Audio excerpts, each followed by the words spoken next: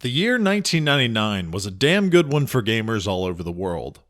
We got Super Smash Bros., Tony Hawk, Pokemon Yellow, Lunar the Silver Star Story, Unreal Tournament, just everything. As a 10-year-old, it was hard to decide what I wanted to play, especially considering the end of the world was coming soon. Y2K. Once January 1st rolled around, a lot of people thought computers everywhere would go haywire, thanks to Y2K. Nukes would launch randomly, toasters were supposed to fry homeowners and children everywhere. It was a mess, and the entire world was in a panic over it. In the midst of all this, a virtually unknown online game was released by Variant Interactive. That game was EverQuest. Journey to the world of Norrath, a living, breathing fantasy world live on the internet. Embark online with hundreds of thousands of people to form alliances, friends, and enemies. Play as a noble knight, a fierce barbarian, a scheming wizard, EverQuest. Since release, EverQuest has been enjoyed by hundreds of thousands of players, won multiple awards for its technological achievements and gameplay, and is responsible for defining a lot of the rules used in today's MMOs. The success of EverQuest surprised the hell out of everyone, none more so than the people that created it: Brad MacLeod, Steve Clover, John Smedley, and Bill Trost.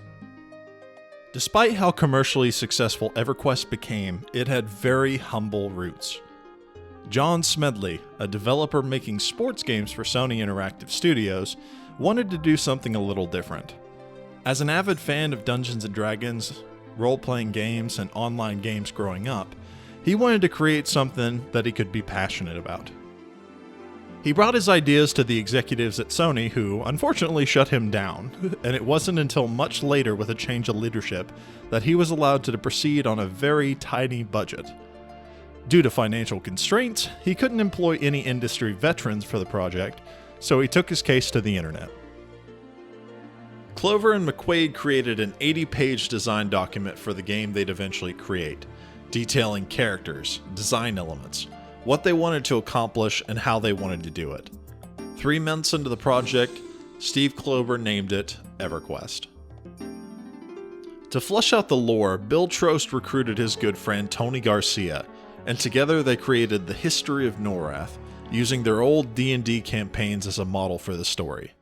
In 1996, Sony began to shift resources and support towards the launch of the yet unannounced PlayStation 2. To this aim, Sony put forth an incredible amount of resources and man-hours to ensure development on the PS1 continued, but it came at a pretty high cost.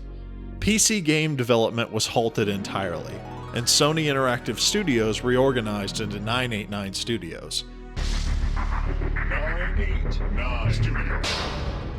And the executives at 989 Studios offered the EverQuest team a deal.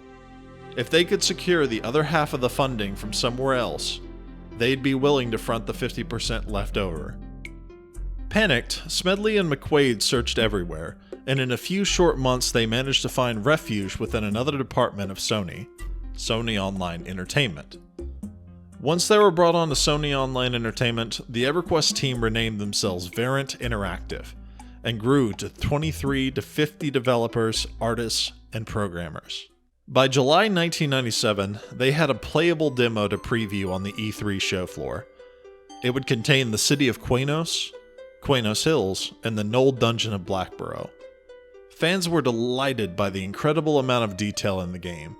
It was something nobody had seen before or done before. And E3 for Variant Interactive was an absolute triumph. Later that year, competitor Ultima Online became the world's first commercially successful MMORPG.